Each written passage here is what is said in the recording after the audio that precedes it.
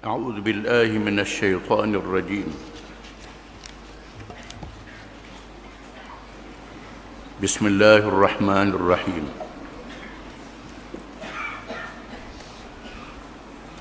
وإذ قال ربك للملائكة إني جاعل في الأرض خليفة قالوا أتجعل فيها من يفسد فيها ويسفك الدماء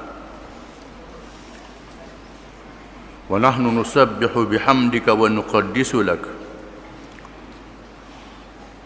قال إني أعلم ما لا تعلمون.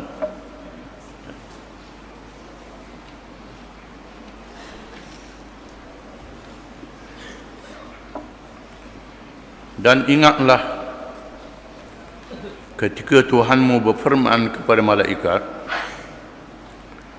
sesungguhnya aku hendak menjadikan seorang khalifah di bumi. Mereka bertanya tentang hikmat ketetapan Tuhan itu dengan berkata, adakah engkau, ya Tuhan kami, hendak menjadikan di bumi itu orang yang akan membuat bencana, yang menumpahkan darah, berbunuh-bunuhan? Padahal kami sentiasa bertasbih dengan memujimu dan mensucikanmu. Tuhan berfirman, sesungguhnya aku mengetahui akan apa yang kamu tidak mengetahuinya.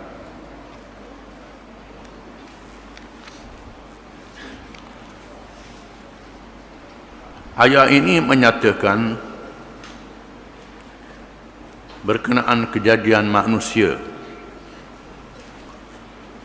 yang bermula dengan Adam AS. Oleh kerana tafsirnya sangat panjang, maka kita baca satu saja ini, tafsir saja. Setelah Allah Subhanahu wa taala menyebut di dalam ayat yang dahulu daripada ini, Allah menjadikan bumi dan menjadikan langit. Dijadikan bumi dahulu, kemudian dijadikan langit. 7 petala langit, 7 lapis bumi. Tiap-tiap alam itu ada makhluknya, makhluk langit dan makhluk bumi. Maka Allah menyatakan makhluk yang dijadikan di bumi iaitulah Adam AS, yang disebut di dalam ayat-ayat yang lain, dihuraikan oleh Al-Quran, tafsirul Quran bil Quran,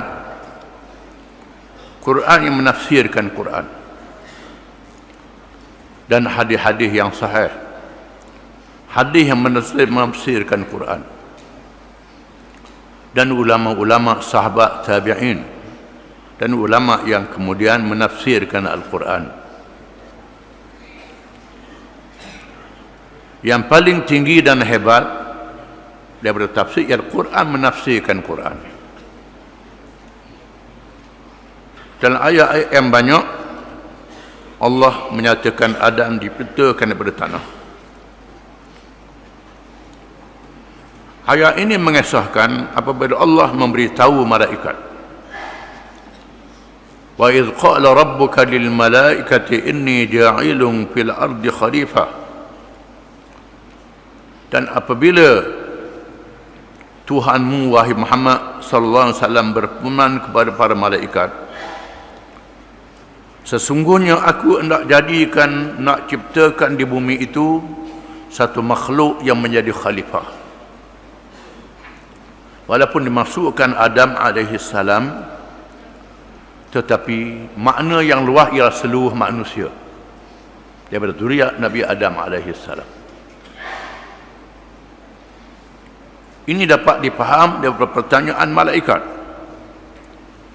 Qalu ataj'alu fiha man yufsidu fiha wa yasfiku ad-dima' wa nahnu nusabbihu bihamdika wa nuqaddisu lak.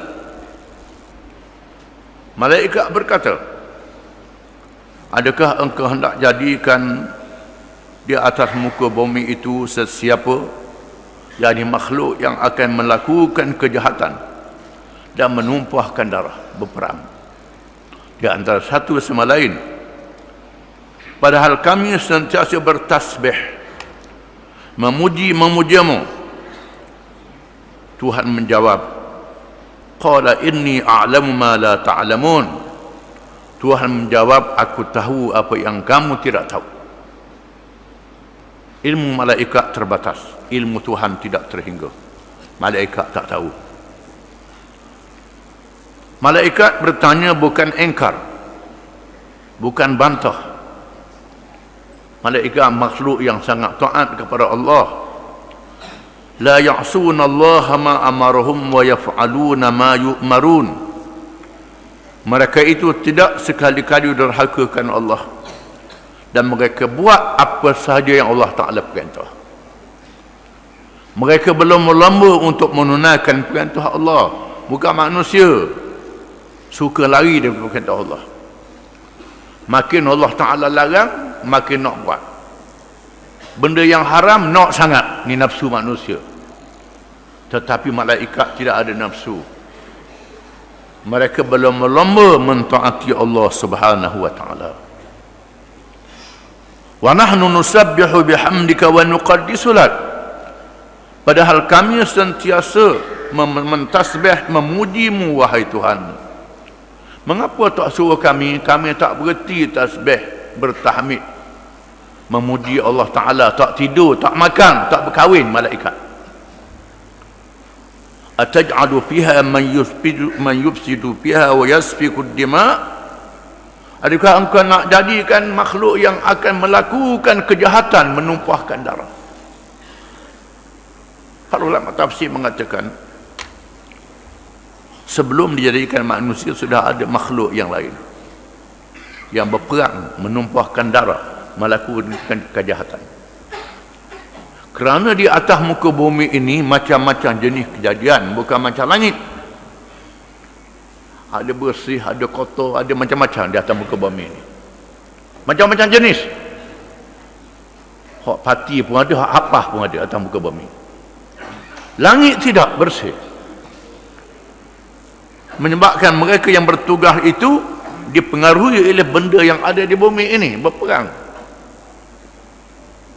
Mengikut setengah riwayat, Allah mengutuskan malaikat memerangi makhluk yang awal itu, dikatakan jin, wallahu a'lam. Berperang antara satu sama lain. Ditawan ketuanya iblis, yang digelar iblis.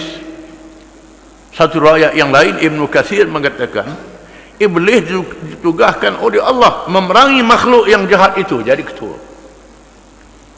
mengalahkan makhluk ini, dan iblis diangkat ke langit bersama dengan malaikat. Itu mengikut riwayat Ibnu Katsir. Malaikat melihat sudah berlaku kacau balau di atas muka bumi. Adakah kau nak jadikan makhluk yang kacau balau macam dulu juga? Inni a'lamu ma la ta'lamun. Aku tahu apa yang kamu tidak tahu. Maka Allah jadikan manusia daripada tanah, campur dengan air, udara pun ada, kepanasan pun ada. Semua ada dalam diri manusia itu. Dijadikan ada jasad, ada tubuh, ada nafsu, ada roh, ada akal fikiran. Maka Allah mengatakan 3 matlamat kejadian manusia. Wa ma khalaqtul jinna wal insa illa liya'budun. Dan tidaklah aku jadikan jin dan manusia itu malaikat supaya mereka itu mengabdikan diri kepadaku. Yang pertama, tujuan beribadat, sama dengan malaikat, memperhambakan diri kepada Allah Subhanahu wa Ta'ala. Macam makhluk-makhluk yang lain, semua mesti mengabdikan diri kepada Allah yang menjadikan langit bumi seluruh alam Rabbil Alamin. Disebut dengan tauhid rububiyah. Alhamdulillah, segala puji bagi Allah yang layak disembah, disebut dengan tauhid uluhiyah.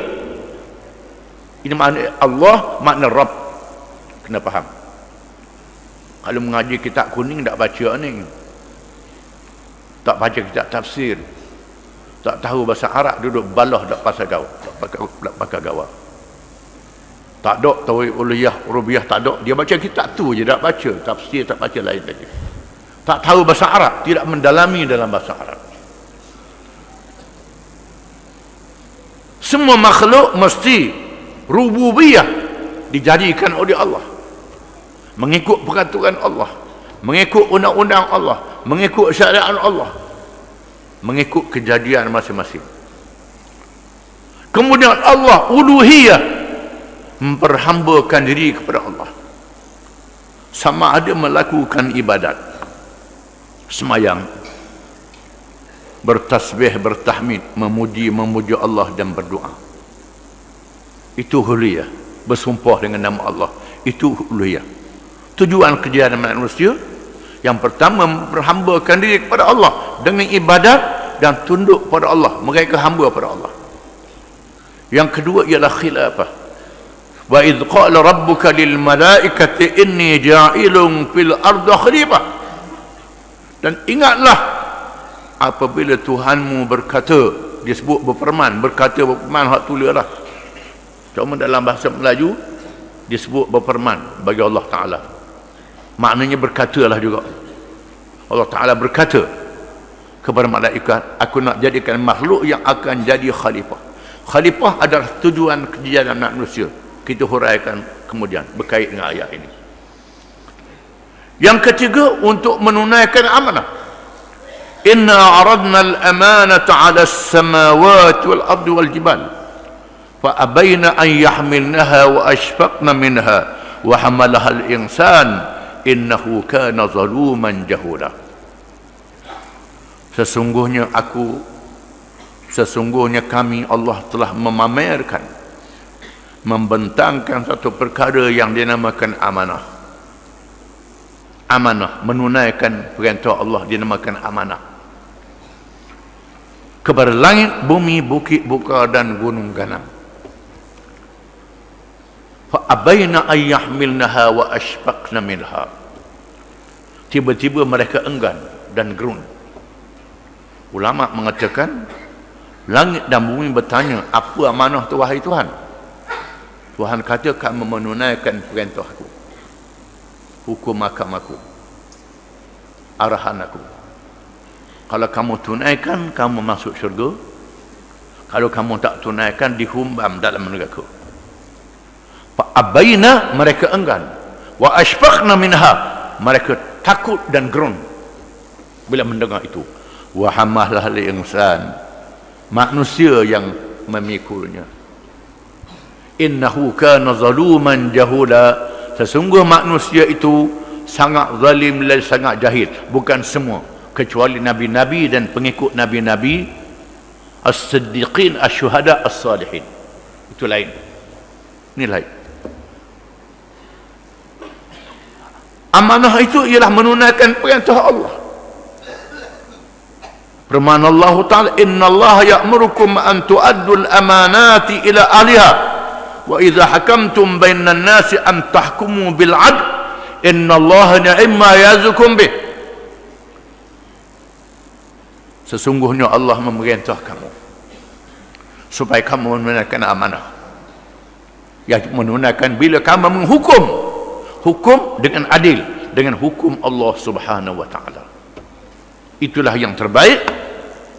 Menunaikan amanah itu, ya ayyuhallazina amanu atti'ullaha wa atti'ur rasul wa ulil amri minkum fa in tanaza'tum fi syai'in farudduhu ila Allahi war rasul in kuntum tu'minuna billahi wal yawmil akhir dzalika khairun wa ahsanu ta'wila. Ayat dalam surah An-Nisa, sambung ayat ini. Wahai orang-orang yang beriman, taatilah Allah, taatilah Rasul. Allah iaitu dalam Quran, Rasul hadis-hadis dia. Wa ulil amri minkum, dan mereka yang mengendalikan urusan, iaitu ulama, orang-orang alim yang memahami Quran dan hadis dan pemimpin-pemimpin yang memerintah negara, yang menghukum dengan kitab Allah. Ini ulil amri. Ulil amri. Ini kena faham. Makna ulil amri kita tafsir. Fa in tanaza'tum fi syai'in farudduhu ila Allah war Rasul in kuntum tu'minuna billahi wal yaumil akhir dzalika khairun wa ahsanu ta'wila. Maka jika sekiranya kamu bertelengkah, berkelahi, berbalah dalam urusan-urusan dunia ini antara satu sama lain, kembalilah kepada Allah, Quran, kepada Rasul, yakni hadis. Jika sekiranya kamu benar-benar beriman kepada Allah dan hari akhirat, itulah yang sebaik-baiknya. Allah suruh malaikat Jibril turun menemui Nabi sallallahu alaihi wasallam di hadapan para sahabat. Berbeza dengan biasa orang tak nampak. Jibril bertasyakur dengan seorang manusia memakai baju yang sangat putih bersih, rupa yang segok lawa, rambut yang hitam berkilat, muncul di tengah para sahabat, terus duduk berlaga lutut dengan Nabi sallallahu alaihi wasallam dan bertanya apa dia Islam, apa dia iman, apa dia ihsan. 3 perkara. Islam, iman, ihsan. Inilah Islam. Islam ialah hukum-hukum syariat yang zahir. Iman ialah akidah, kepercayaan hati manusia. Iman. Ihsan ialah akhlak yang dibahas oleh ulama-ulama tasawuf. Ini 3 perkara. Mesti belajar Islam 3 perkara ini. Jangan belajar segak hak ni sikit. Jadi celaru. Semuanya Quran dan hadis Nabi sallallahu alaihi wasallam dilaksanakan mengikut zaman. Kena belajar tarikh, sejarah. Tarikh kena belajar juga. Tak belajar tarikh, jadi tak tahu kala. Zaman ni begini, zaman ni begini. Menyebabkan balah. Mengaji fiqh, tak mengaji tarikh. Mengaji tasawuf, tak mengaji tarikh. Mengaji akidah, tak mengaji tarikh. Tu duduk balah mazhab ni Sunni, Syiah. Duduk balah Syafi'i, Hanafi. Duduk balah Wahabi, tak Wahabi. Tak mengaji tarikh. Kena mengaji tarikh dia, sejarah dia. Tiap-tiap zaman ada masa dia. Balik kepada khalifah. Apa makna khalifah? Khalifah sebahagian daripada Islam, daripada hukum syariat. Hukum syariat. Ulama mengatakan khalifah itu ialah iqamatud din wa siyasatud dunya bih. Menegakkan ad-din, iaitu menegakkan Islam. Wa siyasatud dunya bih, dan mentarbiyah dunia dengan Islam itu. Yang disebut hari ini politik, ekonomi, pentadbiran, kehakiman, segala-galanya. Ini termasuk dalam siasat dunia bih, mentadbir urusan dunia. Ini makna dia.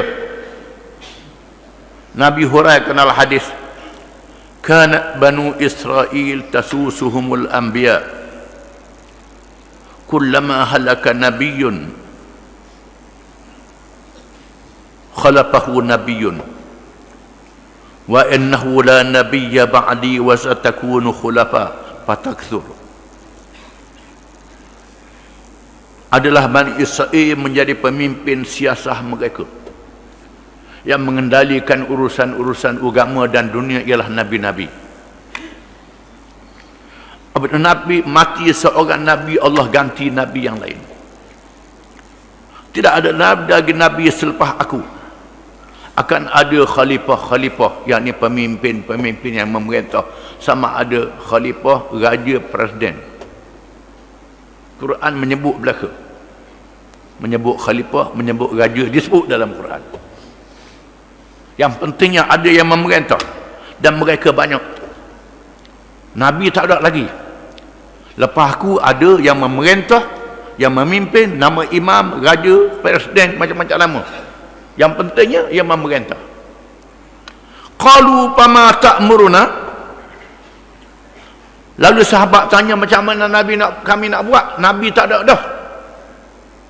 Nak buat macam mana? Nabi kata, fu bi bai'atil awwal fal awwal fa inna Allah asalihum amma star'ahum. Berilah bai'ah. Berilah bai'ah. Ini ada bai'ah. Berilah bai'ah kepada orang yang memimpin itu.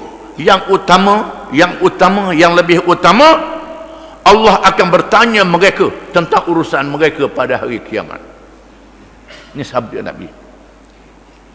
Khalifah itu daripada Islam. Dan Nabi sebut dalam hadis yang lain, dalam sejarah, hadis riwayat tadi, riwayat Bukhari dan Muslim, riwayat Imam Ahmad, takunun nubuwwatu fikum ma sya'allahu an takun, thumma yarfa'aha in sya'an yarfa'aha, thumma takunu khilafatan ala minhajin nubuwwah, fatakunu ma sya'allahu an takun, thumma yarfa'uha, thumma takunu mulkan 'adudan, fatakunu ma sya'allahu thumma yarfa'aha idza sya'a an yarfa'aha, thumma mulkan jabariyan, thumma takunu khilafatan ala minhajin nubuwwah, kata Nabi. Ini senario, orang kata senario perkembangan yang berlaku dalam sejarah sehingga hari kiamat. Nabi kata Allah melakukan berlakunya nubuwah, pemerintahan mengikut Nabi masa Nabi hidup. Maka berlakulah masa mengikut apa yang dikehendaki oleh Allah. Kerana Allah mengangkatnya, Nabi dimatikan oleh Allah. Kemudian pemerintahan khilafah mengikut cara Nabi. Khulafah Rashidin ikut cara Nabi. Abu Bakar, Umar, Uthman dan Ali ikut cara Nabi. Fatakunu masya'allahu an takunu thumma yarfa'uha. Lepas tu pemerintahan khilafah mengikut cara Nabi ini tempoh yang mengikut kehendak Allah, kerana Allah mengangkatkan. Summa mulkan adudan, kemudian berlaku pemerintahan berraja yang menggigit rakyat. Tak ada dia khalifah, latih jadi raja. Jadi raja ikut suka, bukan mengikut syura. Kalau raja mengikut syura tak apa. Menggigit rakyat berlaku mengikut masa Allah Ta'ala nak, Allah Ta'ala angkatkan. Summa yarfa'aha mulkan jabriyan, kemudian berlaku raja yang memaksa, pemerintahan diktator. Raja ke presiden tak ke lah yang memerintah diktator. Mula-mula pemerintahan sama ada raja, presiden tak kekeh orang, gigit orang. Nabi kata gigit orang saja, kekeh orang. Lepas tu jabriyan, paksa orang, akan berlaku. Summa takunu khilafatan ala minhaji nubuwah, kemudian akan berlaku pemerintahan mengikut cara Nabi balik. Ulama mengatakan zahir Imam Mahdi di akhir zaman. Ini Nabi sebut balik kepada khilafah, menunjukkan bahawa politik, ekonomi, pentadbiran, pemerintahan negara sebahagian daripada ajaran. Adapun pahaman mengatakan politik suku, agama suku, ekonomi suku, agama suku, tarbiyah suku, agama suku, ini bukan ajaran Islam. Ini ajaran Kristian, ajaran agama lain. Tapi masuk dalam kepala orang Islam. Masuk dalam kepala orang Islam kerana penjajahan. Politik, pemerintahan negara dan segala perkara yang berkait dengannya, ekonomi, pentadbiran, pengurusannya adalah daripada Islam. Berdalilkan Al-Quranul Karim.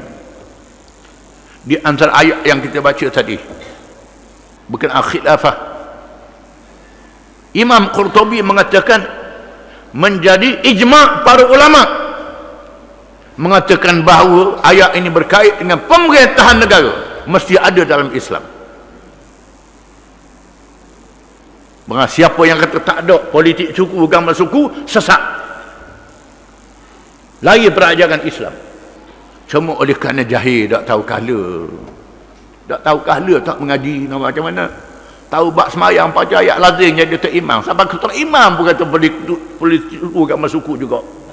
Dia ngaji ayat lazim dia tak mengaji ni. Ini jadi masalah. Kemudian hadis-hadis Nabi. Hadis Nabi SAW. Banyak hadis-hadis. Antara ulama berdalil, Nabi kata kalau 3 orang Islam musafir kena latih seorang jadi ketua. Kalau 3 orang Islam musafir kena latih jadi ketua, bagaimana nak orang Islam yang jota-jota tak payah ketua, ikut mana siapa memerintah pun. Ini tak betul, salah. Hadis-hadis Nabi mengatakan wajib. Jangan kita nafikan apa yang diwajibkan oleh Allah. Kalau kata semayang tak wajib, apa makna? Puasa tak wajib, apa makna? Berat akidah kita. Tapi oleh kerana perkara ni jahil, dimaafkan kerana jahil, tapi sangat berat hukumnya. Menjadi ijma' para ulama, khususnya sahabat-sahabat radhiyallahu anhum. Ulama-ulama ijma', khususnya para sahabat. Sebaik saja wafatnya Rasulullah sallallahu alaihi wasallam, sebahagian besar para sahabat pergi berhimpun di Saqifah Bani Sa'idah. Tinggal keluarga Nabi yang terdekat dan beberapa sahabat saja yang mengurus jenazah Nabi untuk dikebumikan. Selepas Nabi wafat, Abu Bakar, Umar, lain lagi kalangan Muhajirin dan Ansar berhimpun di Saqifah Bani Sa'idah. Tak ada tempat ditanam Nabi, dikebumikan Nabi itu. Kerana apa mereka kebumikan Saqifah Bani Sa'idah? Hari ini tempat tu jadi tempat cetak Quran di Madinah. Di situlah tempatnya. Mereka berhimpun pasal apa? Untuk memilih siapa yang jadi ketua negara selepas wafatnya Nabi sallallahu alaihi wasallam. Siapa jadi pemimpin selepas Nabi mati? Ada 3 calon. Keluarga Nabi Ahlul Bait mencalonkan Sayyidina Ali. Ahlul Bait disokong oleh Az-Zubair. Ada keluarga Nabi juga.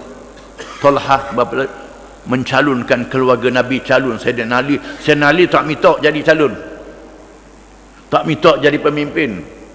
Sayyidina tak minta orang calonkan dia.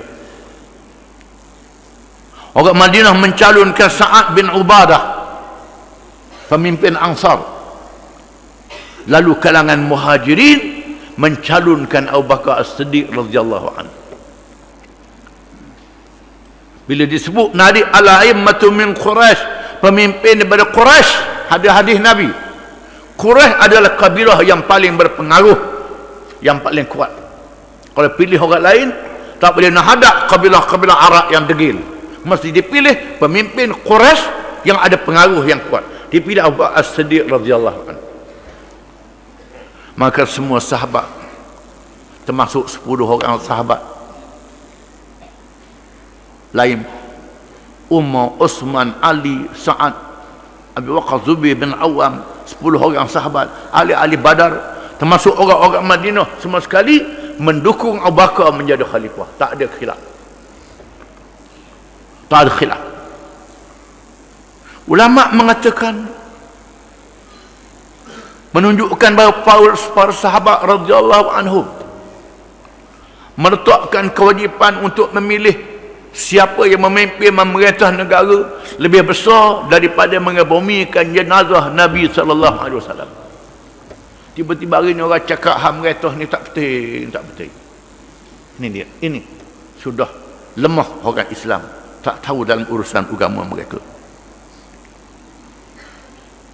Ulama-ulama yang muktabar, ulama-ulama dalam mazhab Syafi'i, Hanafi, Hambali, Maliki dan mazhab-mazhab yang lain, ijma' mengatakan timbulnya pahaman yang mengatakan bahawa pemerintahan negara tak ada daripada Islam selepas penjajah masuk ke negeri Islam. Penjajah masuk ke negeri Islam mengambil peluang daripada kelemahan orang Islam. Setelah orang Islam lepas matinya Khulafa' Rashidin, Amawiyah mula lemah, Abbasiyah lemah, makin lemah, jatuh kerajaan Islam. Tanah air umat Islam dijajah. Penjajah menggunakan senjata, serangan pemikiran untuk memesongkan pikiran orang Islam. Bila mereka tak boleh tundukkan orang Islam dengan senjata, dengan tentera, walaupun orang Islam dalam keadaan yang lemah, menentang peluru dengan panah, dengan pedang, dengan kerih, dengan khanjar yang pendek, orang Islam tak suka kalah. Perdana Menteri British Gladstone dalam ucapan di Parlimen British membincangkan berkenaan dengan orang Islam menentang penjajah Inggeris. Pasal apa? Gladstone mengatakan selagi mereka pegang kitab ini, buku ini, dia pegang Quran, selama itulah orang Islam tidak akan tunduk pada kita. Bagaimana cara nak lemahkan mereka? Jauhkan daripada Quran. Jauhkan, bukan jauhkan baku Al-Quran, tak baku Al-Quran. Mengaji, dia mengaji juga, biar mengaji saja, tak erti. Duk betul tajwid, betul makhraj, betul tu saja. Wajib, memang tak nafi, wajib kena betul makhraj, betul ikut tajwid, wajib betul bacaan, wajib betul baris, wajib, tetapi memahami Al-Quran. Yang ini. Jangan dia faham Quran. Jangan reti Quran. Melalui kejahilan terhadap Quran inilah mereka masuk, mereka minta berdamai dengan orang Islam. Tak apalah, kita tak usah perang lah, kita bagi kuasa. Yang berkait dengan masjid, dengan surah, dia ke Mekah, tengok anak bulan nampak, anak bulan kedok nampak, bagi harta pesaka nikah cerah, ambil kamu. Ha tanah, ha lombong, ha minyak, ha tadbir, ha jenayah, ha begitu gini. Orang hara nak kawal orang cuy, yang merapok jamu, biar aku jaga. Tak apalah, kita tak boleh kelahi. Tak boleh kelahi. Maka berlakulah pemisahan kuasa. Pemisahan antara agama dengan pemerintahan negara. Yang paling teruk bila Turki Osmaniyah jatuh, naik Kemal Atatürk mengisytiharkan pemerintahan sekularisme, pemisahan agama daripada pemerintahan negara, daripada politik. Diharamkan politik dalam kerajaan Turki. Sampai hari ini tak boleh. Mana-mana Perdana Menteri yang cuba nak masukkan politik akan dihukum bunuh. Hukum bunuh di Turki. Ini. Adapun di negeri kita ni, pemimpin kita zaman dulu dak ke UMNO terkepah, ada kebijaksanaan. Berbanding dengan British, tak apa, Islam sebagai agama persekutuan. Lepas tu kau pandang aku nak warna ke Islam ni. Lepas tu bila British tinggal, baloh lah kita pah dengan UMNO, baloh. Itu aja. Tapi masih ada kuasa untuk menyatakan Islam di Malaysia. Ini kita kena senang. Kita kena faham dalam masalah ini. Baloh. Tetapi negeri lain sudah dalam keadaan yang Indonesia bila sebut agama, semua agama. Indonesia. Kementerian Agama di Indonesia makna agama Islam, Hindu, Buddha, Kristian, apa masuk belaka. Di Malaysia ni bila sebut agama, agama Islam, jabat agama. Cuma jaga sedik surah bak wakah je. Hak hudu, hak kesahunana jenayah, tak boleh hari. Ada dua baloh, itu saja. Tapi undang-undang tidak menyekat, jadi baloh. Ini. Kita masih rengan dibanding dengan negeri lain. Dengan faham. Itu cerita ceramah lain pula. Ini ceramah lain. Kita balik pada tafsir Quran ni. Tafsir Quran. Berjatuh kerajaan Osmaniyah, muncul seorang ulama di Mesir, ulama Azhar, Syekh Ali Abdul Razid. Dia tulis kitab Al-Islam wa Usulul Hukmi. Dan kitab ini dia Ali Abdul Razid mengatakan bahawa politik tidak ada dalam Islam. Apa yang Nabi buat di Madinah itu urusan dunia, tak ada kaitan dengan agama. Ali bin Razik kata, tak ada urusan agama, urusan dunia saja, tak ada kena mengena. Tak apalah apa yang ada Ali bin Razik. Padahal dalam Quran ada bab jual beli, ada hukum jenayah, ada hukum hisab, ada hukum perang, ada hukum apa. Nak menjalankan hukum ini mesti ada pemerintahan, bukan buat begitu. Bila ada orang curi, masing-masing igak orang curi ambil kapur kerak tangan, tak ada mahkamah. Habislah hara lah begitu. Tak ada saksi, tak ada apa. Bila balah bak tanah, cabut kritikkan sama sendiri, tak ada mahkamah, tak ada. Sedangkan ada hukum dalam Islam. Ulama mengatakan pemerintahan itu ada. Ada pula orang kata mahkamah ni tak penting, duduk bahas. Hak 355 duduk bahas hari ni tak penting mana. Tak ada dalam Quran, tak ada dalam hadis. Betul. Pasport pergi Mekah pun tak ada. Tak tahu apa pasport pergi Mekah. Lagi. Ulama mengatakan ma la yatimul wajibu illa bihi fahuwa wajib. Apa yang tak sempurna yang wajib dengannya, malaikat jadi wajib juga. Asalnya ambil air semayang sunat, cukup pandai nak ambil semayang sampai air semayang. Bila nak semayang kena ada wudu. Semayang wajib, wudu nak semayang wajib jadi wajib, kena faham. Asalnya kita nak pakai kain ke, nak tutup dengan kulit kayu ke, asal tutup aurat sudah. Orang puan nak perekuk dengan tank pun tak apa. Tak jadi salah. Tak apa tutup aurat. Tapi tak kenalah, kena ada kain, kena ada apa. Asalnya itu tutup aurat adalah wajib. Menyediakan kain untuk tutup aurat jadi wajib. Ini. Begitu juga buat benda sunat, menyediakan benda itu jadi sunat. Ini kenapa? Begitulah juga perkara yang berkait dengan pemerintahan ini. Maka ulama-ulama Azhar, Majlis Azhar memanggil Syekh Ali Abdul Razik yang tulis kitab. Ini tahun 20-an. Kitab ini diterjemah oleh orang putih, orang Perancis, sebar ke negeri-negeri Islam untuk mengarutkan fikiran orang Islam. Orang alim tulis surat. Masa tu Syekh Muhammad Al-Khadir Husin, Syekhul Azhar, Al-Imam Syekhul Azhar, jadi ketua Universiti Azhar di Mesir. Dia panggil majlis, panggil Ali Abdul Razik yang dapat ijazah Azhar ini, dipanggil. Ali Abdul Razik masuk beri salam, orang tak jawab salam dia. Orang tak jawab salam dia. Berat dia jawab salam ni. Lalu dibahas. Dia tak boleh jawab. Dia tarik ijazah dia daripada Azhar. Dia lucukkan jawatan dia. Tetapi oleh kerana orang putih gaji lah dia pula. Ini ada pula penulis yang menyokong dia, tulis kitab juga. Min huna nabda. Khalid, Muhammad Khalid nama dia, orang Mesir. Kitab dalam bahasa Arab. Min huna nabda, dari sini kita bermula menyokong Ali Abdul Razik. Dalam Islam tidak ada politik, tak ada pemerintahan. Al-Maruf Syekh Muhammad Al-Ghazali mengarang kitab lawan kitab ni. Min huna na'lam, dari sini kami tahu. Sedap nama kitab tu.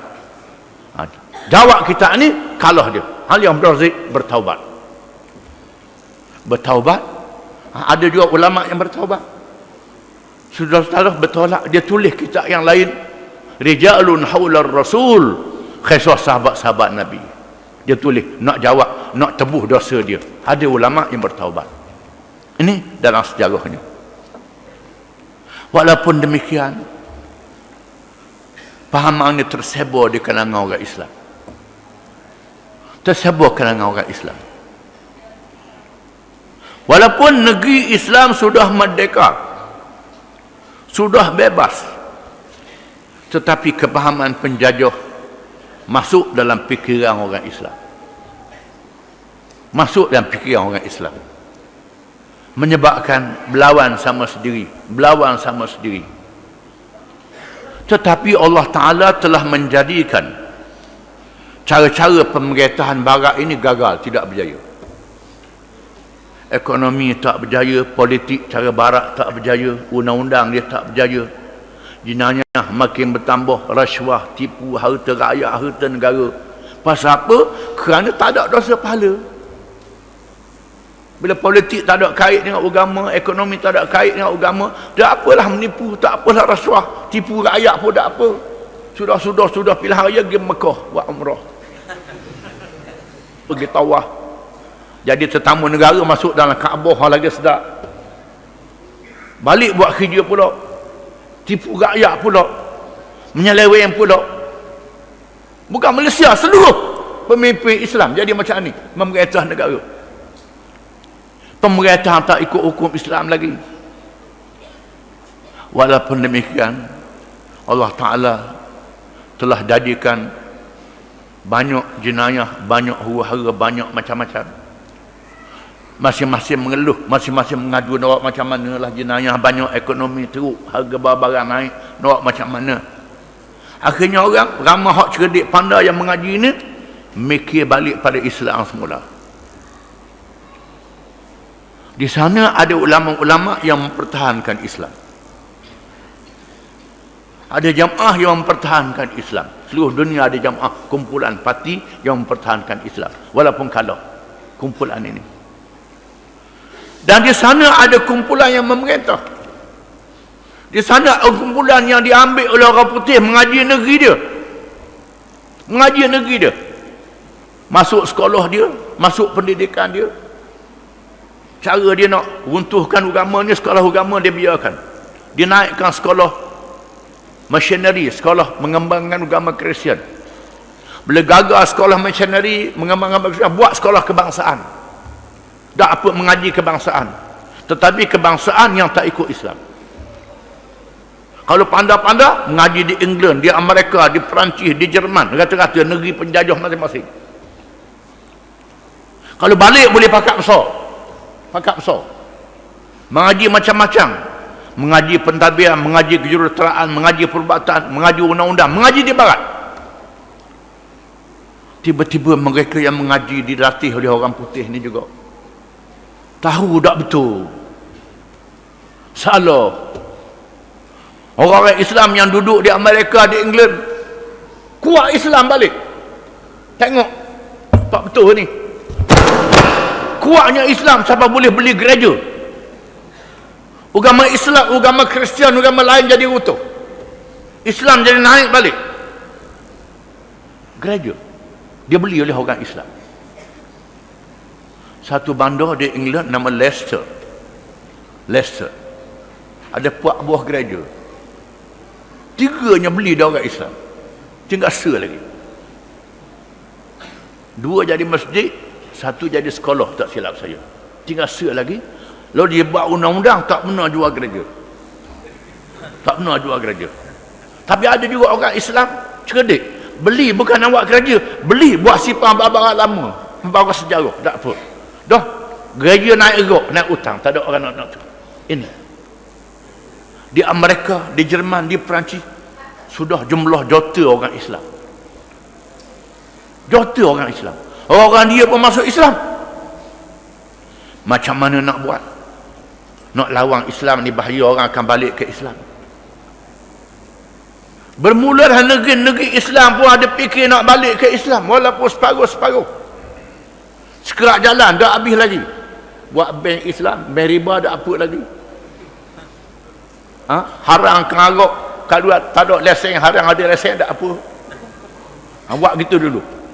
Bercelaru. Tapi sudah ada nak balik pada Islam. Membimbangkan musuh.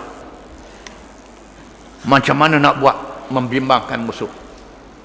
Orang Islam nak balik ke Islam pula. Dia buat perancangan balik. Macam mana nak lawan Islam ni?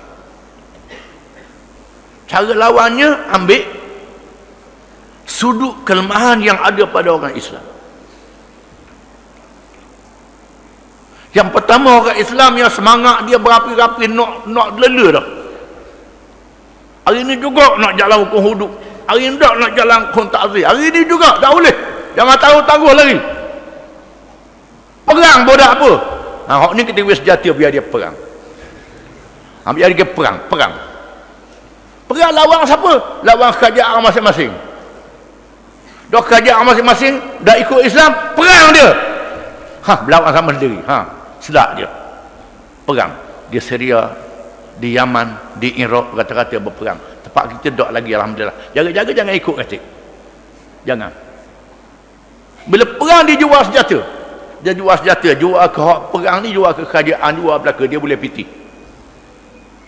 Pitih pula, pitih kita beli bayar ke dia. Mati pun kita. Ini dia pelik tu. Ini berlaku di Syria, berlaku di mana-mana di Arab hari ni. Yang jual senjata ialah Amerika, Rusia, Jerman, Perancis jual senjata. Pitihnya pitih Arab. Perangnya orang Arab juga. Oh, cerdik lah. Bahasa cerdik sangat. Kalau orang tegur, marah. Marah, saya tegur. Saya marah. Marah. Ini cerdik. Ini berlaku pertemuan. Yang kedua, dia cari hak yang koh. Nak ke Islam, koh. Di antara jangan gaduh sangat, jangan sebut Islam ni. Jangan laksanakan hudud, laksanakan kisah, laksanakan ini. Tak apa, asal kita tu juga, biar dulu. Hak ni satu hal pula. Lambat-lambat. Tak ada tujuan. Hak lambat-lambat ni pun dia tolong juga. Ini dia ambil sudut ini. Kemudian dia ambil pula sudut pertarungan di antara orang Islam. Kelahi mazhab. Berlawan mazhab. Kalau zaman orang putih masuk dulu, masyhur di Malaysia ni kaum tua dan kaum muda, Malaysia dengan Indonesia. Puak-puak kaum tua kata kena ikut mazhab Syafi'i, tak boleh mazhab lain dah. Hak kaum muda ni pula tak boleh, kena pakai mazhab lain juga. Kita tengok pilih-pilih hak mana-mana. Akhir pilih hak mudah-mudah.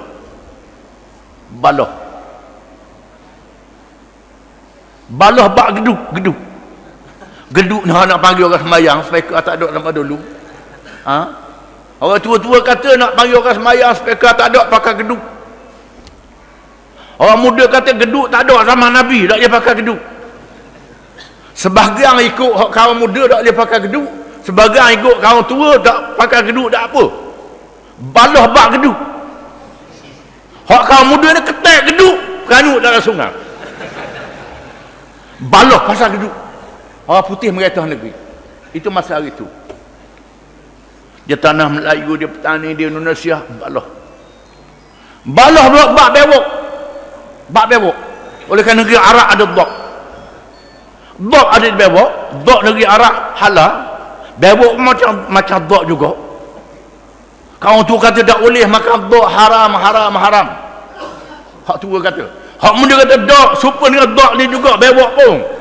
Boleh makan bewok, duduk balah. Duduk balah almarhum Ustaz Bakar Hamzah. Dia tengok orang balah antara tua muda bak bewok ni. Hei, ikan kembung banyak lagi kata. Saya ikan kembung tak nak makan. Duk balah bak bewok, tak makan pun. Ini zaman dulu. Balah bak itu. Hak yang hebat lagi balah Sunni, Syiah, Khawarij. Wahabi tidak Wahabi. Balah. Syafi'i, Hanafi, Hambali, Maliki, balah. Ini berperang. Barang Allah sendiri. Di tempat kita tak ada di India. India banyak mazhab. Bak tahiyat. Syafi'i kata asyhadu an la ilaha illallah, gerak jari sekali. Disunatkan gerak jari sekali je. Illallah sekali. Orang Hambali kata kena gerak sama. Asyhadu an la ilaha illallah kena buat gini sama. Sabar bagi salam, kita pergi Mekah tengok orang buat gini. Itu mazhab Hambali. Orang Hanafi kata tak payah pakai gitu je. Orang Syafi'i dia semayang masjid Hanafi. Masuk tahiyat buat jari Allah Akbar, Hambali buat gini. Hak Hanafi ni gerang tengok pegang tangan kepis dengan gomo dah sedih. Pasal kis gerak jari. Ni berbalah mazhab. Timbul pula masalah Sunni, Syiah, Khawarij. Timbul tarikat pula. Wahabi atau tidak Wahabi.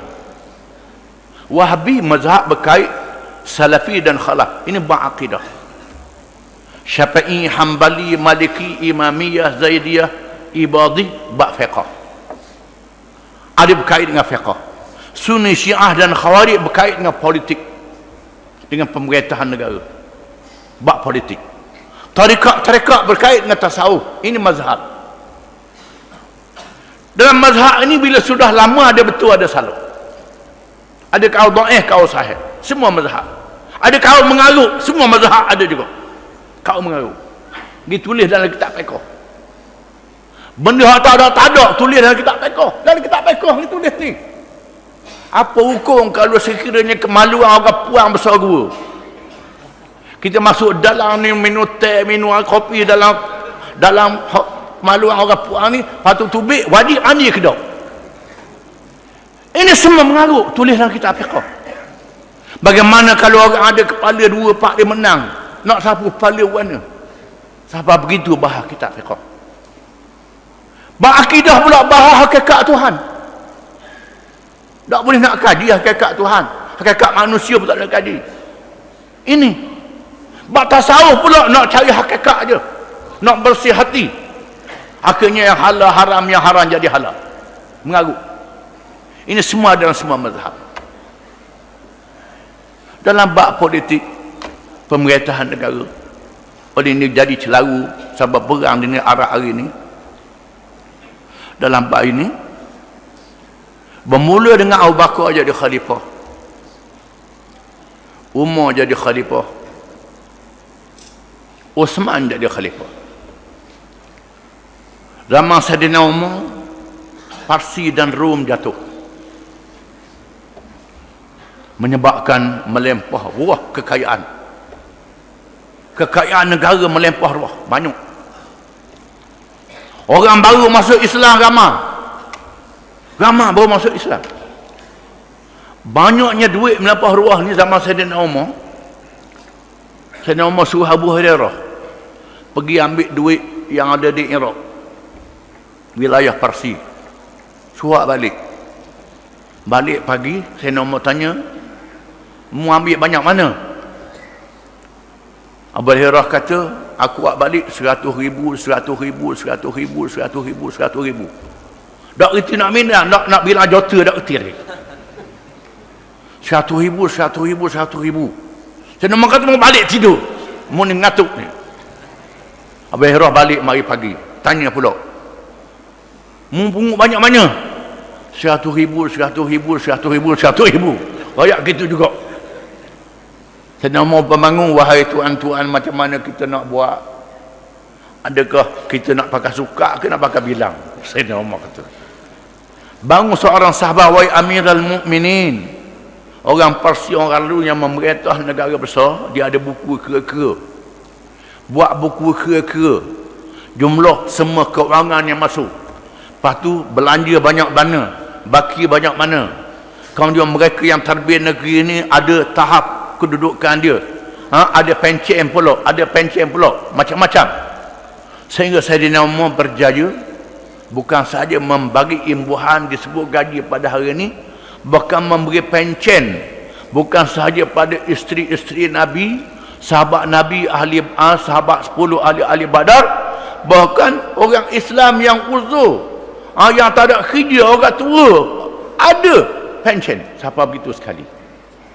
Hebat pemerintahan Islam. Zaman Sayyidina Umar, masuk zaman Sayyidina Uthman, orang baru-baru masuk Islam ramai jadi leka.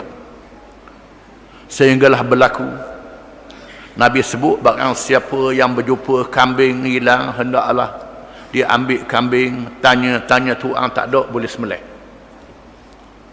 Adapun unta yang hilang, Nabi kata kalau jumpa jangan ingat, kerana unta ni mendatang besar. Zaman Sayyidina Uthman, unta buat lagi dorang. Zaman kita ni kereta api buat lagi dorang. Zaman kita ni, zaman Sayyidina Uthman, orang buat lagi unta. Sayyidina Uthman kata kalau jumpa unta yang hilang, ambil, cari tuang, tak temu, sembelih, makan. Ada tuang ganti pulau. Itu lebih kurangnya. Manusia sudah berubah. Zaman Nabi, bila semaya jemaah, bang sekali.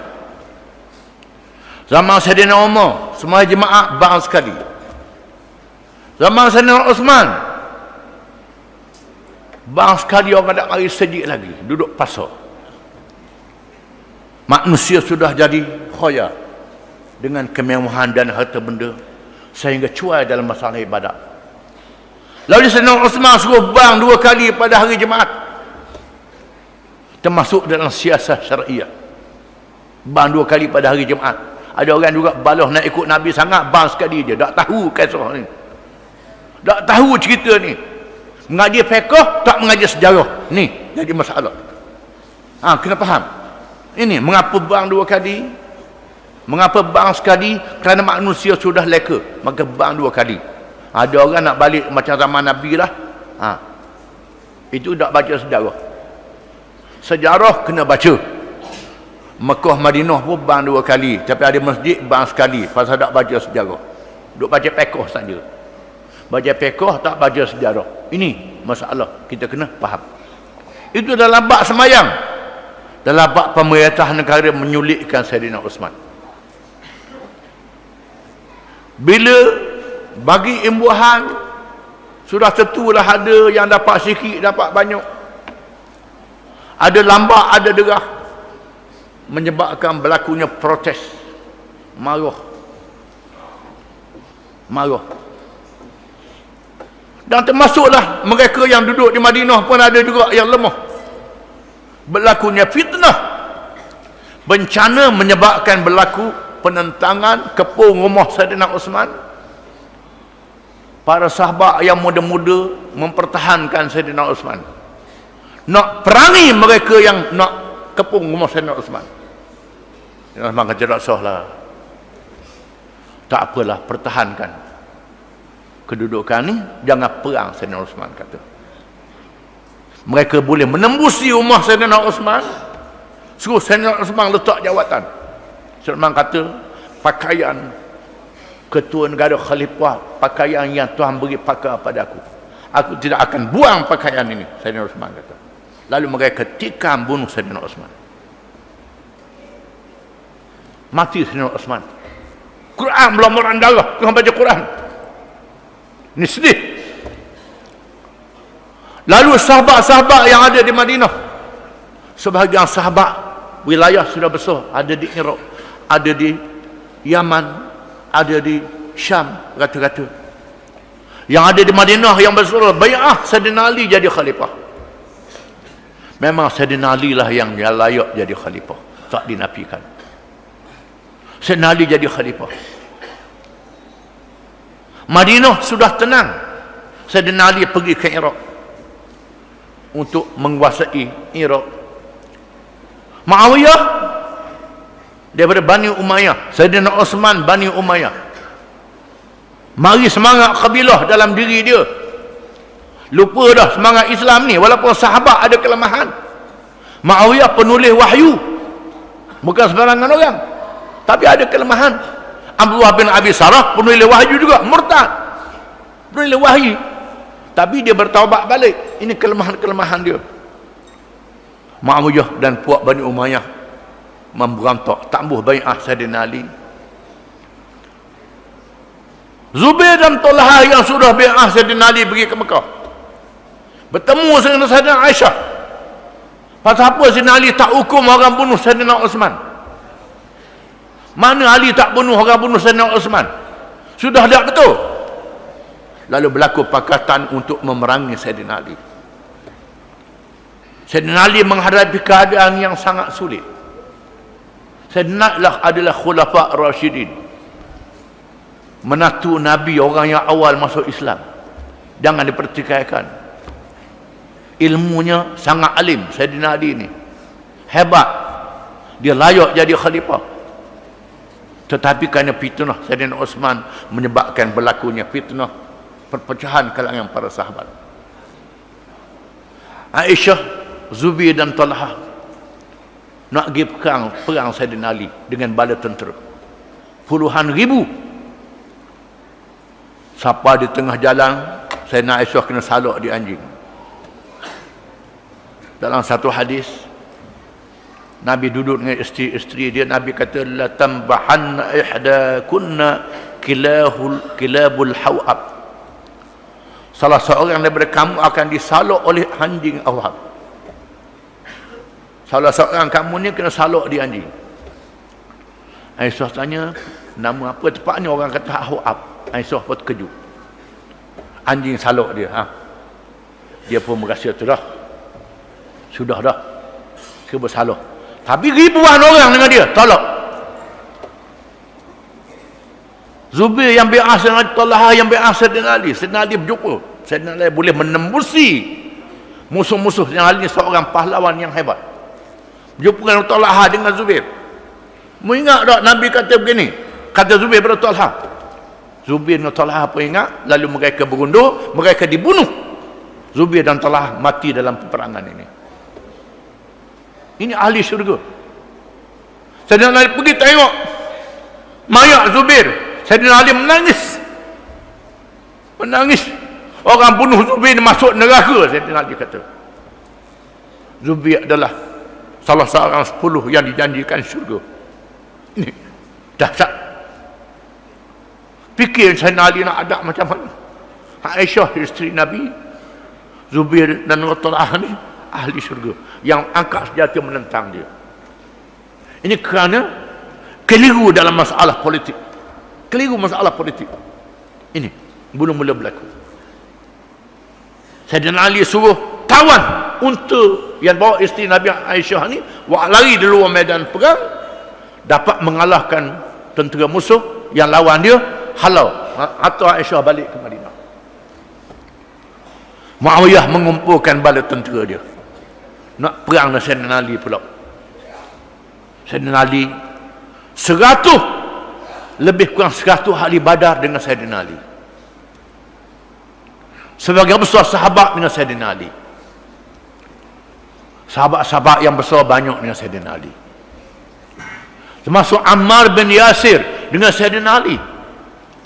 Nabi pernah bersabda dalam satu hadis, qatala Ammar fi'atun baghiyah. Ammar akan dibunuh oleh kumpulan yang durhaka. Nabi kata, ini hadis yang sahih, Bukhari, Muslim. Ammar berperang belah Sayyidina Ali, menandakan Sayyidina Ali betul. Cari betul, Muawiyah salah. Tapi semangat tinggi nak lawan. Berlaku peperangan Siffin antara tentera Sayyidina Ali dan tentera Muawiyah. Dalam peperangan ini Sayyidina Ali berjaya menembusi barisan tentera Muawiyah. Sayyidina Ali ajak, mari lawan seorang-seorang penglimamu. Lawan sendiri. Lepas seorang-seorang sampai giliran Muawiyah. Ini Al-Bidayah wan Nihayah. Ibnu Katsir sebut kisah, berita sejarah sebut. Bila dia Ammar bin As sekali dengan Muawiyah, sahabat Nabi ni Ammar bin As. Ammar bin As kata mungkin lawan Muawiyah. Muawiyah kata tak boleh, hari ni hebat. Dia boleh kalau kau lawan dia, Allah aku mugilah. Kalau aku mati, siapa dia pula nak jadi ketua? Pandai dia mengelak. Ammar bin As pergi lawan Sayyidina Ali. Sayyidina Ali terajang rebuh Ammar bin As sampai nampak pusat. Sayyidina Ali kata pergi. Sahabat yang kata, pasal tak bunuh dia, tak boleh, aku ada hubungan keluarga dengan dia, silaturahim. Sampai begitu. Sampai perangkap tentera Muawiyah nak kalah. Lalu Ammar bin As kata, kita buat satu cara. Tipu. Macam mana nak Allah tentera Ali? Ambil Quran hak Sayyidina Osman baca masa kena bunuh tu, letak atas hujung lembing, sebutlah hukma illallah, balik pada hukum Allah. Lalu akak kita balik berhukum Allah saja. Allah selalu. Puak-puak Iraq yang berperang Sayyidina Ali bila tengok Quran, dia orang Islam. Oh, tak bolehlah, kita balik dengan Quran lah.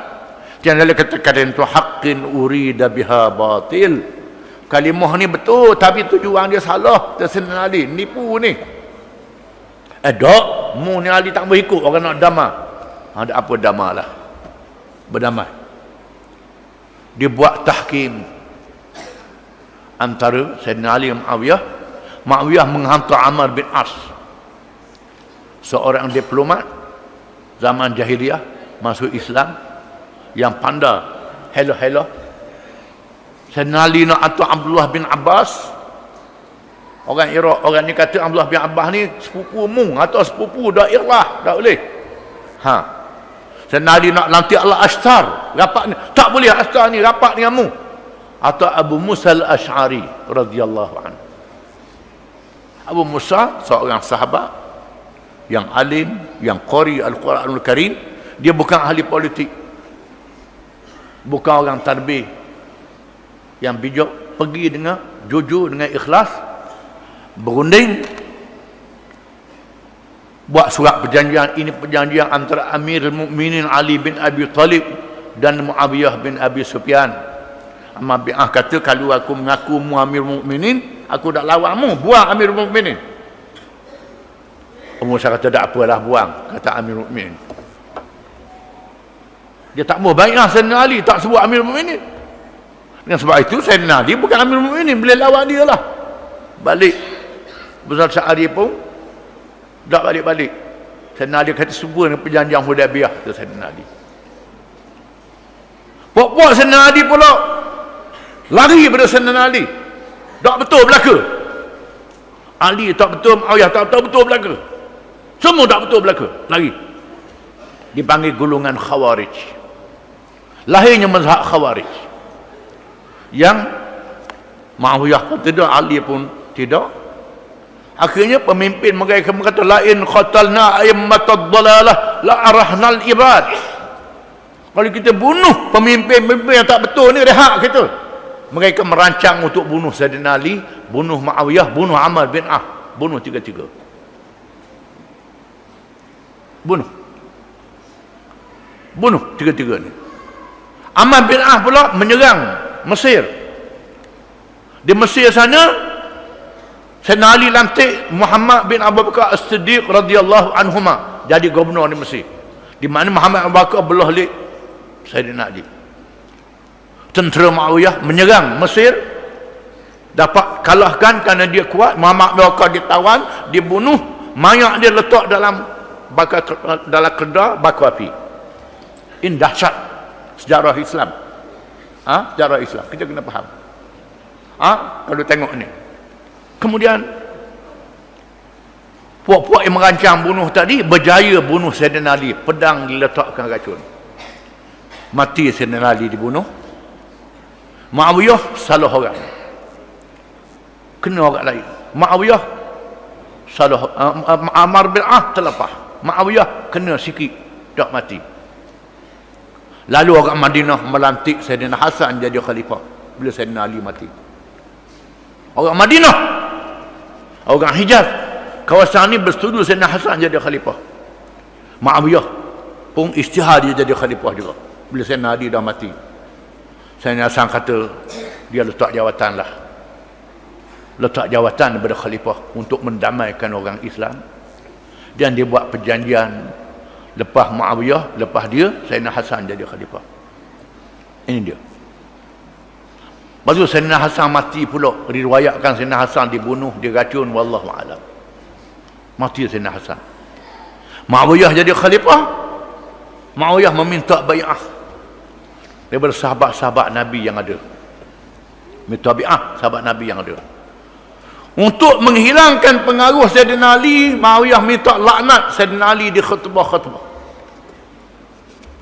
Zaman tu TV tak ada, surat khabar tak ada. Khutbah adalah tempat media. Dia suruh laknat Sayyidina Ali dalam khutbah Jumaat. Khutbah yang kedua, laknat Sayyidina Ali. Laknat Sayyidina Ali. Kemudian di sana ada sahabat-sahabat yang masih ada. Di Dimash, Muawiyah panggil Sa'ad bin Abi Waqqas, Sa'id bin Zaid ni sahabat 10, mu bai'ah aku jadi khalifah. Sa'id bin Zaid pun bai'ah kepada Muawiyah. Ini sahabat 10, bukan sahabat 10 yang Nabi janji syurga, bai'ah bin Muawiyah. Sa'ad bin Abi Waqqas dia tidak bai'ah. Muawiyah suruh dalam satu majlis yang ada pemimpin-pemimpin di Dimash, suruh laknat Sayyidina Ali. Wahai Sa'ad, membangun laknat. Habib Al-Qah kata, tak boleh nak laknat Sayyidina Ali macam mana? Nabi doa ahli syurga, Sayyidina Ali, Fatimah, Hasan, Husin. Kalau aku ada sama nama aku nak begitu, kata Kata Muawiyah, kata Sa'ad, bagaimana aku nak laknat dia? Maka Muawiyah tak berani. Sa'ad ni sahabat yang besar, sahabat 10. Sa'ad suruh, Muawiyah suruh Ahnaf bin Qais. Ahnaf Qais ni ialah orang yang sepak dengan zaman Nabi, tetapi dia tak jumpa dengan Nabi, dia masuk Islam. Disebut kalangan tabi'in. Ada juga kata walaupun tak jumpa dengan Nabi, sahabat juga khilaf. Orang berpengaruh di kalangan Bani Qais, pengaruh dia besar. Muawiyah laknat Sayyidina Ali. Nabi kata tak boleh, Sayyidina Ali mati dah. Laknat apa orang mati dah? Orang mati dah tak boleh laknat. Orang mati dah. Nabi Muawiyah kata mu kena laknat Sayyidina Ali. Kalau mu tak laknat, aku bunuhmu. Anak kata mu nak suruh laknat sangat, tak apalah aku bangun. Wahai tuan-tuan, Muawiyah suruh aku laknat Sayyidina Ali. Sila kata amin apa yang aku doa. Ya Allah, ya Tuhanku, Ali dengan Muawiyah perang. Laknat siapa yang salah di antara dua ni. Aku boleh sekadar tu saja, kata dia. Dia melepaskan diri. Ahnaf bin Qais. Seorang sahabat lagi, iaitulah adik-beradik Sayyidina Uqayl bin Abi Talib, adik-beradik Sayyidina Ali. Ni masa Sayyidina Ali jadi khalifah, Sayyidina Ali jadi khalifah, minta pitih Sayyidina Ali kerana dia miskin. Jangan dia kata tak boleh, mu adik aku, beri kamu dulu, kena beri orang lain dulu. Tak boleh. Tak boleh, kena beri orang lain dulu. Sayyidina Ali kata bawa dia pergi pasar, ambil upah tumbuk gandum. Sayyidina Ali kata biar dia pergi pasar, ambil upah tumbuk gandum. Jangan minta dengan aku. Dia kata Sayyidina Ali, mu nak suruh aku jadi fakir, nak suruh aku curi. Sayyidina Ali kata mu nak suruh aku curi. Sayyidina Ali kata dia kata aku pergi kat Muawiyah baru tahu. Kat Muawiyah tahu. Pergilah saya ikut suka mu. Dia pergi kat Muawiyah. Muawiyah beri 1000 dinar. Dapat 1000 dinar, ikut Muawiyah. Muawiyah suruh Aqil bin Abi Talib laknat Sayyidina Ali. Aqil baru bangun. Tuan-tuan, Muawiyah suruh aku laknat Sayyidina Ali. Takut dia apa takut? Takut. Ada seorang lagi, ini cerita dalam kitab-kitab tarikh. Pula suruh apa namanya seorang sahabat tu laknat Sayyidina Ali. Tak boleh. Kalau mu dak laknat aku bunuhmu. Sahabat ni kata kalau mu orang Islam mu dak bunuh aku. Orang Islam dak bunuh orang Islam. Kalau mu kafir mu bunuh aku, kalau aku mati mu dak boleh mayat aku. Dia jawab. Pandai cerdik jawab dia. Pergilah lari mu, lari. Ini berlaku begitu rupa pemerintahannya. Tak apalah habis cerita Muawiyah jadi khalifah. Lantik anak dia Yazid. Yazid jadi khalifah dan dia suruh orang menerima Yazid menjadi khalifah selepas dia. Muawiyah mati, naik Yazid. Bila Muawiyah mati, orang Madinah bai'ah Sayyidina Husain jadi khalifah. Orang Mekah setuju Sayyidina Husain jadi khalifah. Orang Iraq jemput Sayyidina Husain datang ke Iraq untuk bai'ah Sayyidina Husain jadi khalifah. Sayyidina Husain pergi Mekah dulu. Sahabat di Mekah, sahabat-sahabat Nabi Abdullah bin Umar, Abdullah bin Zubair yang masih muda, Abdullah bin Umar, Abdullah bin Zubair, Abdullah bin Abbas yang muda-muda, sahabat muda yang sebaya dengan dia. Jangan pergi ke Iraq, duduk di sini. Jangan pergi. Bahaya, jangan pergi. Duduk di sini. Orang Iraq dulu janji-janji dengan ayahmu, lepas tu tak ikut ayahmu juga, akhirnya ayahmu kecewa di Iraq. Jadi begitu, pecah jadi khawarij macam-macam. Duduk di sini. Yang Husain kata tak boleh, kena pergi juga. Sayyidina Husain pergi juga. Pergi bawa anak, isteri. Sahabat-sahabat jangan bawa anak isteri pergi juga. Sayyidina Husain pergi ke Iraq.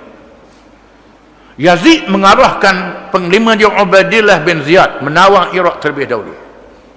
Iraq ditawang oleh tentera Yazid, Bani Umayyah.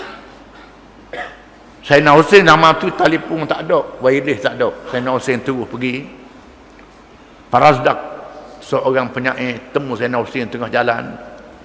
Tanya macam mana orang Iraq, Sayyidina Husain Fardak kata qulubuhum ma'aka wa suyubuhum ma Bani Umayyah. Hati dengan Tuan, pedang dengan Bani Umayyah. Dah paling tadah orang Iraq. Yang Husain beri pilih pada pengikut-pengikut, nak ikut aku ke tak mau ikut, terpulang.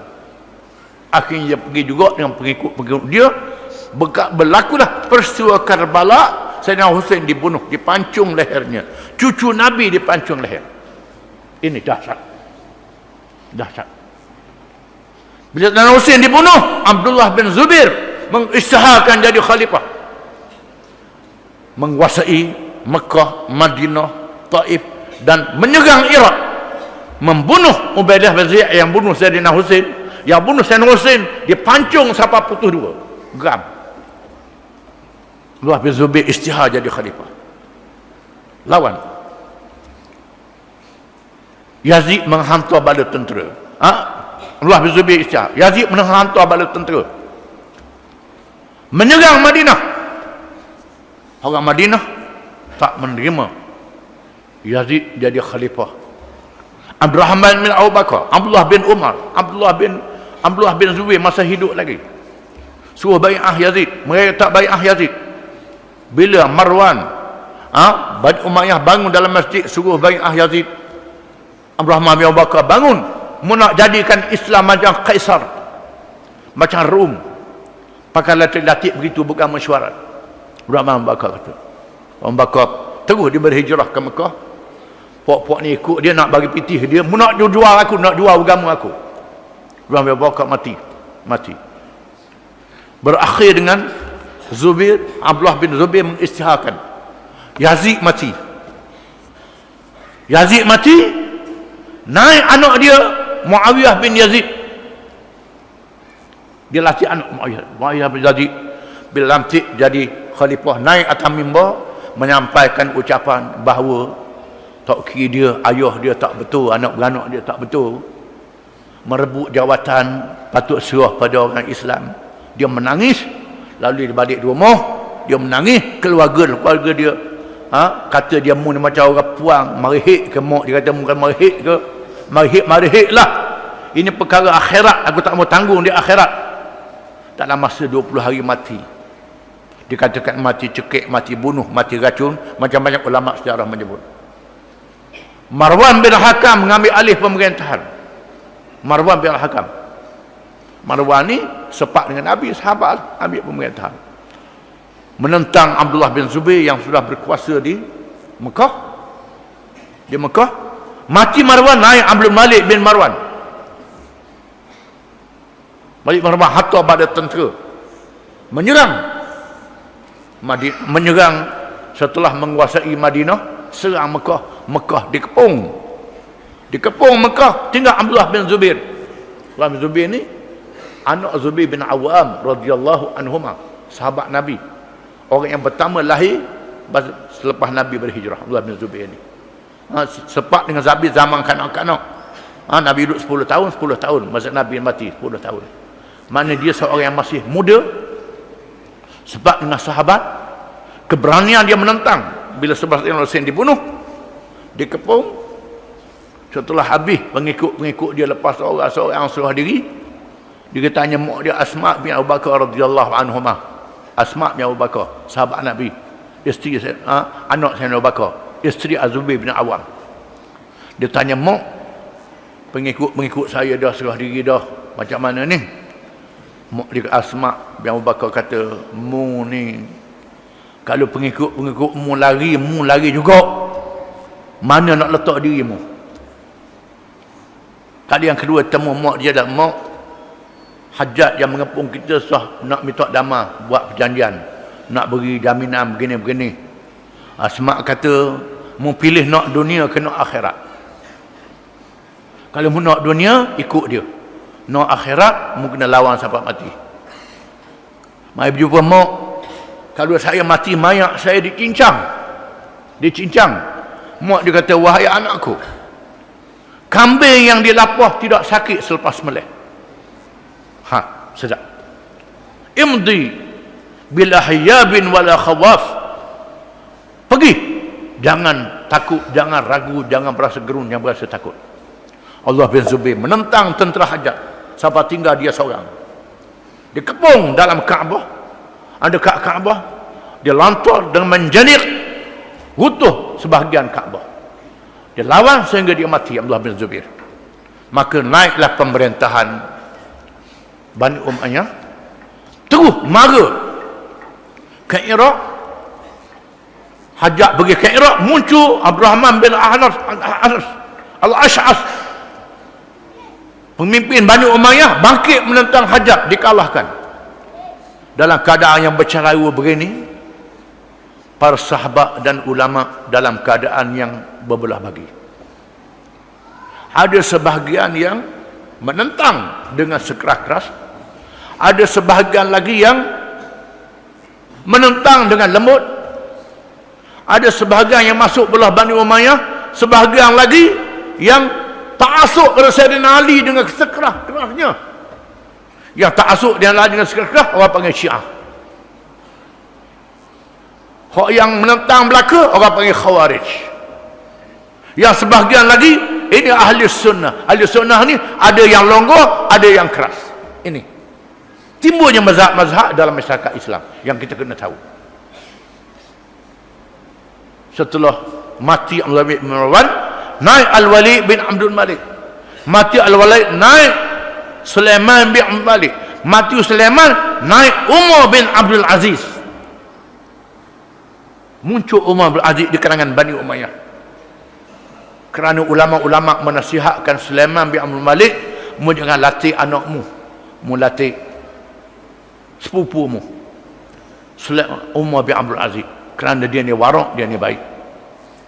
Sulaiman sendiri menyaksikan bagaimana Umar bin Abdul Aziz yang menjadi pemerintah di Madinah, seorang yang kuat, yang warak, yang kuat, yang alim, kuat berpegang dengan agama. Alim-alim mereka ini, ada alim baik, ada alim jahat. Ini masalahnya. Maka Umar bin Aziz mengiringi Sulaiman bin Abdul Malik. Dia menyaksikan dalam satu kisah yang terkenal, sampai tengah jalan mari ribut, mari petir-petir yang kuat. Lalu Sulaiman kata, mu pernah dengar guru petir kuat macam ni? Umar bin Aziz kata, hadza rahmatullah pakai bi ghadabillah. Ini petir kuat ni rahmat Allah Ta'ala, mereka dia tak tahu cara mana. Kata Umar bin Aziz, menginsafkan dia. Maka Umar bin Aziz dilantik menjadi khalifah. Sebaik saja dilantik menjadi khalifah, dia menolak kenderaan rasmi, pergi dengan kenderaan dia sendiri, mengarahkan pengawal-pengawal peribadi yang bawa senjata, jangan ikut masuk dalam masjid. Naik atas masjid, wahai tuan-tuan, urusan memilih khalifah bukan urusan siapa, bukan urusan keluarga, ini adalah urusan umat.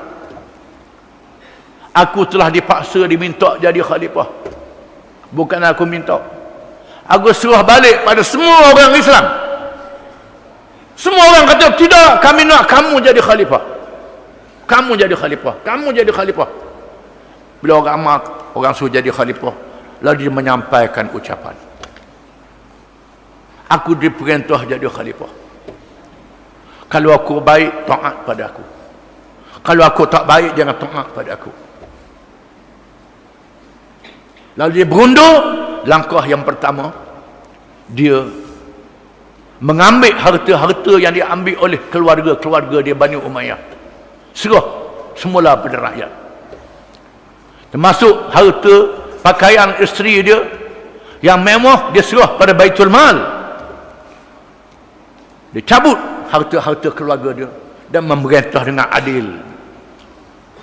Masa itu semua khawarijnya, syiahnya balik bersatu. Oleh kerana itu ada ulama mengatakan Umar bin Abdul Aziz khulafa Rasyidin yang kelima. Siapa ada ulama mengatakan begitu. Berlakulah keamanan pemerintahan, malangnya dalam masa 2 tahun sahaja mati. Cerita kematian dia macam-macam, ada kata kena racun, macam-macam.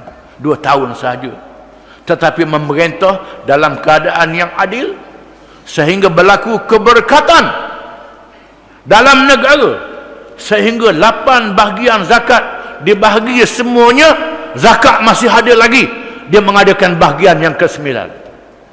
Bahagian lagi dengan ijtihad dia. Kepintaran Umar bin Abdul Aziz memerintah negara. Harta negara melimpah ruah. Bila gubernur dia tulis surat, tak cukup duit, dia tulis surat sama ada mu adil ataupun mu dipecat. Sebab tak cukup duit kerana mu tak adil, sebab tu duit tak cukup. Ini pemerintahan Umar Aziz, pemerintahan yang adil. Selepas tu habis Umayyah, naik Abbasiyah. Di zaman itu munculnya mazhab-mazhab Syafi'i, Hanafi, Hambali, Maliki. Abbasiyah juga naik dengan kekerasan macam Amawiyah juga. Menentang Abbasiyah ni dari Bani Abbas, keturunan Abbas bin Abdul Muttalib, pak saudara Nabi. Menentang Bani Umayyah. Menentang Bani Umayyah. Naik Bani Abbas memerintah, naik dengan kekerasan juga. Dengan kekerasan. Yang pertama Abu Abbas As-Saffah, lepas tu Abu Ja'far Al-Mansur, naik dengan memaksa orang bai'ah dia. Imam Malik dipaksa suruh bai'ah. Imam Malik kata cerah paksa tak sah. Imam Malik kata suruh cerah bini paksa tak sah. Kata-kata Imam Malik menyebabkan Imam Malik ditangkap, disebat di belasah. Habis Imam Malik, Imam Abu Hanifah nak latih Abu Hanifah jadi qadi qadah, ketua hakim negara. Abu Tambah terima jawatan ini. Abu Hanifah dikurung dalam penjara. Imam Syafi'i dibelenggu. Imam Ahmad bin Hanbal di belasah zaman Abbasiyah. Ulama-ulama mazhab Syafi'i, Hanafi, Hambali, Maliki, banyak dari ulama-ulama ni ulama yang tegas dengan pendirian mereka dalam masalah kepimpinan negara. Tetapi mereka tidak memberontak, mereka tidak mengangkat senjata kerana takut merosakkan orang Islam. Maka berkembanglah ilmu-ilmu Islam, kitab-kitab fiqh. Kitab fiqh ni dikarang oleh macam-macam ulama. Ada ulama yang mengampu kerajaan di zaman dia, ada ulama yang tak mengampu kerajaan. Inilah timbulnya kau sahih, kau dhaif, kau macam-macam.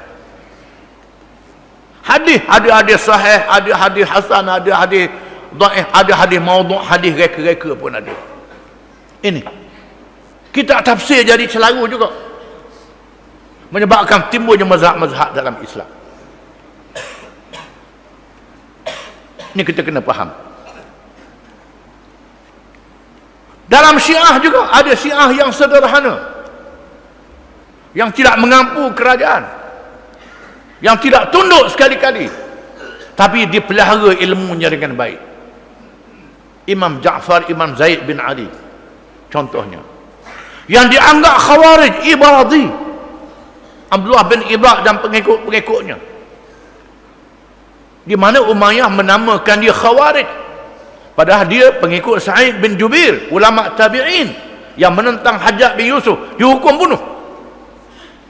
Ini dianggap sebagai khawarij, tetapi sebenarnya dia tidak sesat. Ini kena faham. Kemudian bila lama-lama timbullah hak mengaruk dalam semua mazhab ada berlaku. Dalam Sunni pun ada, dalam Syiah pun ada, dalam Khawarij pun ada mengaruk-mengaruk ni, capur-capur. Bak puja kubur Imam Syafi'i di Mesir tu, bila orang nak interview kerja, nak masuk periksa, tulis surat ubah pitih, capak kubur Imam Syafi'i, minta lulus periksa. Ada apa-apa hajat, tu Syafi'i. Imam Abu Hanifah pun kubur di daerah tu, ada orang digosok kubur tak apa. Imam Ibn Ja'far, Imam Syiah pun ada orang pergi gosok kubur juga. Hak sesat ni ada berlaku dalam semua mazhab. Tetapi di sana ada hukum-hukum fiqh yang dipelihara. Ulama mengatakan hukum fiqh yang dianggap muktabar, yang dipelihara secara besar, ialah mazhab Maliki, mazhab Hanafi, mazhab Syafi'i, mazhab Hambali, mazhab Zahiri. Ibn Hazm al-Zahiri Ini dalam ahli sunnah. Dalam Syiah pula mazhab Imamiyah dengan Zaidiyah dianggap sebagai orang Islam. Mereka adalah orang Islam.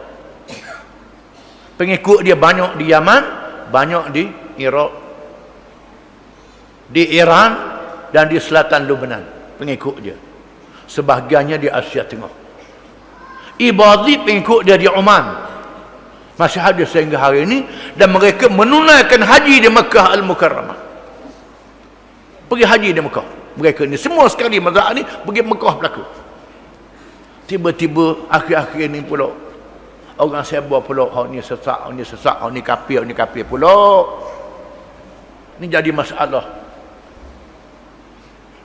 Padahal di sana ada Al-Mawsu'ah Al-Fiqhiyah yang dikeluarkan oleh Majma' Buhuz Islamiyah di Mesir. Disebut 8 mazhab ini, ada kaul dia. Ada khilaf dia juga pekoh. Khilaf pekoh ada. Ada khilaf yang besar, ada khilaf yang kecil-kecil.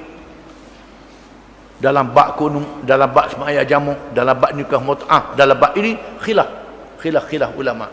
Perkara furu' yang tidak boleh mengkafirkan antara satu sama lain. Ini kena faham. Tetapi penjajah telah berjaya mengkafirkan antara satu sama lain. Dalam bab akidah pula timbul pula mazhab Wahabi, salaf dan khalaf. Salah ni ialah zaman Nabi dan sehingga zaman tahun 300 Hijrah. Zaman ini orang Islam mengaji Quran, mengaji hadis dengan tidak ada benda-benda baru masuk dalam masyarakat Islam. Dikenali dengan zaman salaf.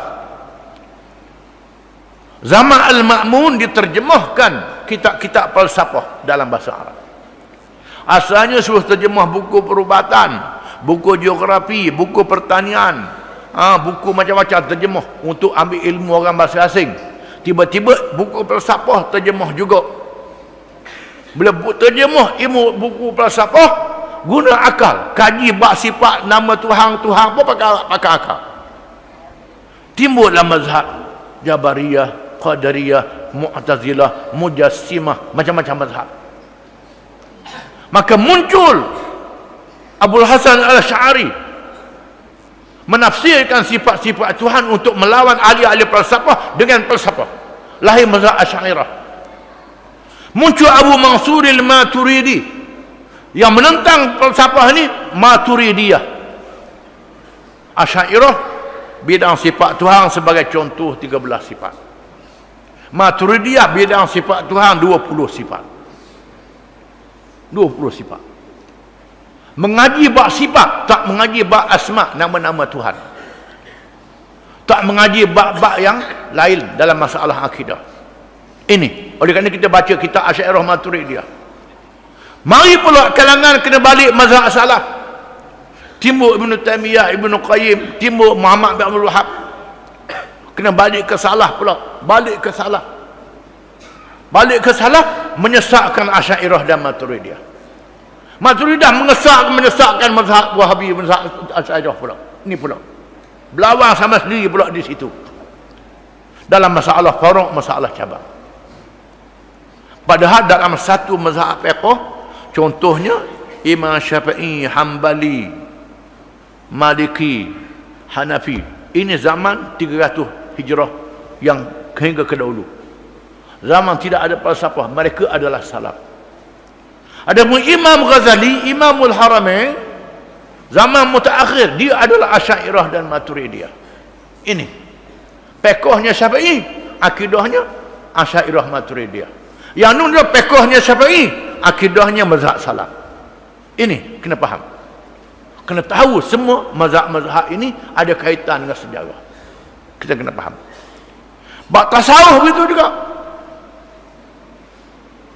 Tasawuf ni ada tasawuf yang rujuk ber-Quran dan hadis. Ada tasawuf yang masuk unsur falsafah. Habis falsafah Hindu pun ada, falsafah hak agama lain pada masuk dalam tasawuf. Jadi punah pula.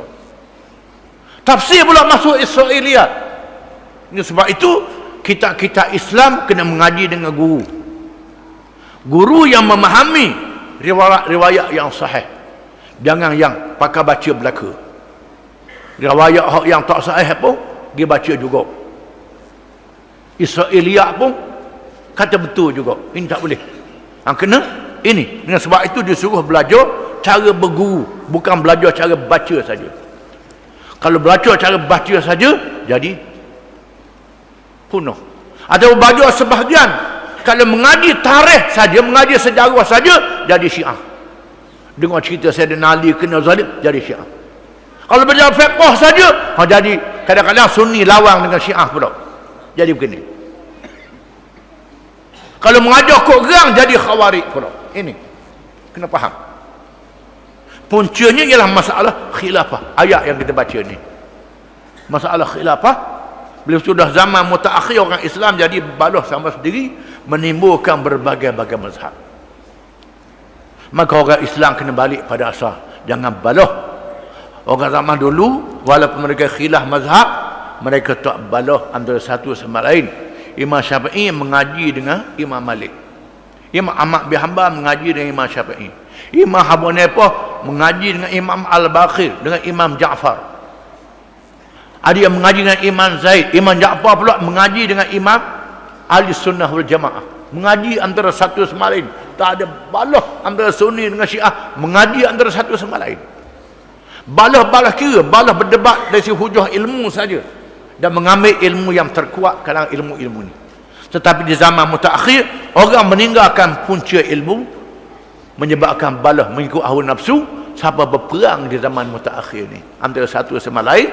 Jadi perang atas nama Sunni dengan Syiah, atas nama Khawarij, atas nama kaum, guna senjata orang untuk menyelamatkan Israel, menyelamatkan musuh-musuh Islam.